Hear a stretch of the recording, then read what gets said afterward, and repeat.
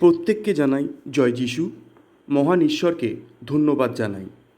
আজ আমি যে বাক্যটি আপনাদের সামনে রাখব তা হল গীতসংহিতা অধ্যায় 2। আপনারা মনোযোগ দিয়ে শুনবেন আর ঈশ্বরের আশীর্বাদ নেওয়ার জন্য প্রস্তুত থাকবেন। ঈশ্বরের বাক্যকে আপনাদের জীবনে কাজে লাগান। ঈশ্বরের বাক্য আপনাদের প্রত্যেকের জীবনে আশীর্বাদ করুন। এই বাক্যে এইরূপ বলা হইয়াছে যে জাতিগণ কেন কলহ করে, লোকবৃন্দ কেন অনর্থক বিষয় ধ্যান করে। পৃথিবীর রাজগণ দণ্ডায়মান হয়, নায়কগণ একসঙ্গে মন্ত্রণা করে সদা প্রভুর বিরুদ্ধে এবং তাহার অভিষিক্ত ব্যক্তির বিরুদ্ধে। বলে, আইসো, আমরা উহাদের বন্ধন ছিঁড়িয়া ফেলি, আপনাদের হইতে উহার রজ্জু খুলিয়া ফেলি। যিনি স্বর্গে উপবিষ্ট তিনি হাস্য করিবেন, প্রভু তাহাদিগকে বিদ্রূপ করিবেন। তখন তিনি ক্রোধে তাহাদের কাছে কথা কহিবেন, কোপে তাহাদিগকে বিহ্বল করিবেন।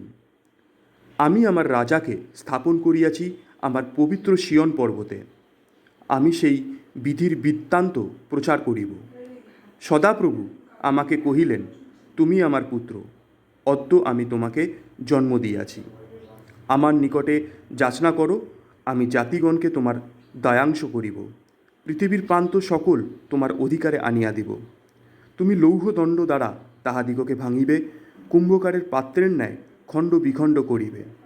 অতএব এখন রাজগণ বিবেচক হও, পৃথিবীর বিচারকগণ শাসন গ্রাহ্য করো।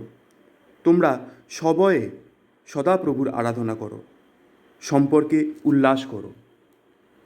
পুত্রকে চুম্বন করো, পাছে তিনি ক্রুদ্ধ হন ও তোমরা পথে বিনষ্ট হও, কারণ ক্ষণমাত্রে তাহার ক্রোধ প্রজ্বলিত হইবে।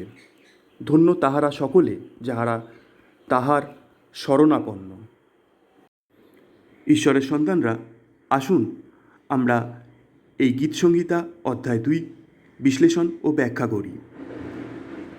এই গীতটি একটি রাজকীয় মেসিয়ানিক গীত, যেখানে ঈশ্বর তার অভিষিক্ত রাজা অর্থাৎ মসিহ এবং পৃথিবীর জাতিগুলির মধ্যে সম্পর্ক চিত্রিত করা হয়েছে। এটি 4টি ভাগে ভাগ করা যায়। 1 থেকে 3 পদ মানুষের বিদ্রোহ, জাতিগণ কেন রাগ করে ও লোকেরা কেন অসার পরিকল্পনা করে। এখানে দেখা যায় জাতিগণ এবং রাজারা ঈশ্বর ও তার অভিষিক্ত মেসির বিরুদ্ধে বিদ্রোহ করছে। তারা ঈশ্বরের শাসন ও কর্তৃত্বকে প্রত্যাখ্যান করতে চায়।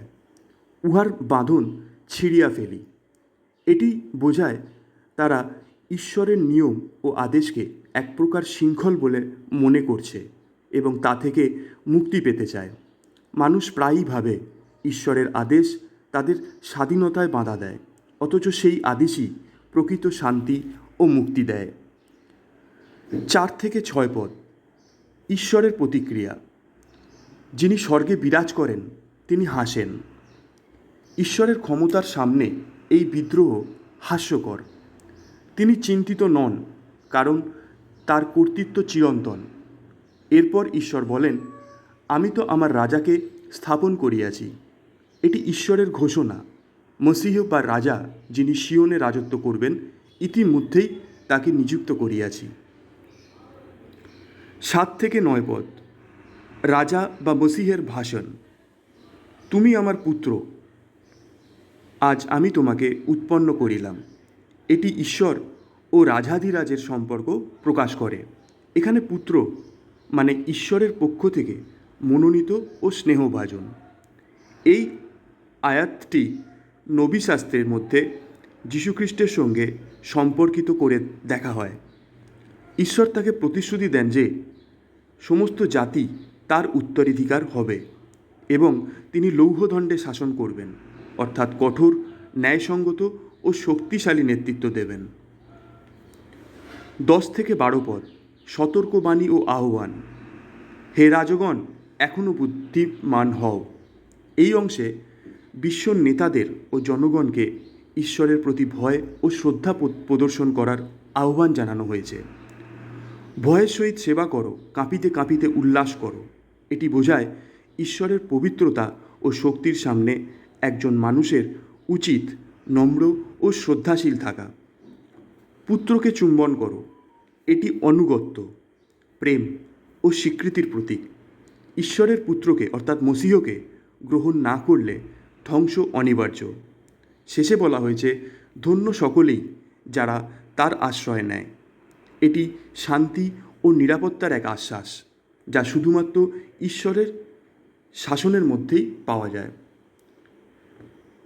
এর সারাংশ হিসাবে আমরা বলতে পারি, গীতসংহিতা 2 আমাদের শেখায় যে ঈশ্বর সর্বশক্তিমান ও চিরন্তন শাসক। তার বিরুদ্ধে বিদ্রোহ অবান্তর ও ক্ষণস্থায়ী। ঈশ্বর যাকে রাজা করেছেন তিনি ন্যায় ও শক্তিতে রাজত্ব করবেন। আমাদের উচিত ভয়, শ্রদ্ধা, ভালোবাসার সাথে ঈশ্বর এবং তার অভিষিক্তের প্রতি আনুগত্য প্রকাশ করা।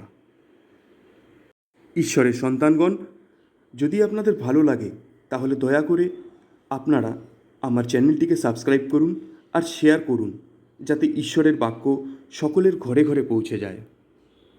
সকলকে জানাই জয় যিশু। ঈশ্বর আপনাদের মঙ্গল করুন, এই প্রার্থনা প্রভু যীশু খ্রিস্টের নামে চাই। আমেন।